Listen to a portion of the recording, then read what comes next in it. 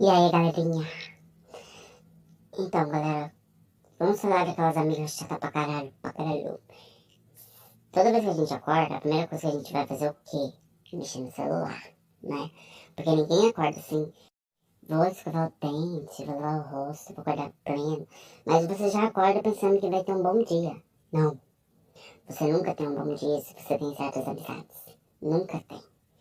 Aí você acorda e a primeira mensagem, adivinha de quem é? Da sua amiga deprimida, que mal arruma um boy e fica enchendo seu saco. Aquele boy que conhece ela há 2 semanas. Aí ela te manda, amigo, o boy não me o boy isso, aquilo. Mano, problema seu. Você não sabe o que é um pega numa baladinha? Não sabe o que é um pega numa baladinha? Ou uns beijinhos? Cara, ninguém nasceu no mundo pra te agradar não, tá? Ninguém é obrigado a ficar escutando você também mandando mensagem, acordando a gente, acordando, porque acorda, né? E dá um monte de mensagem. Aí você vai responder o quê? Sei. Ai, amiga, que chato. Não, eu não gosto, porque eu não sou psicólogo e eu não nasci pra isso. Então, se vira. E esse foi o vídeo, galera.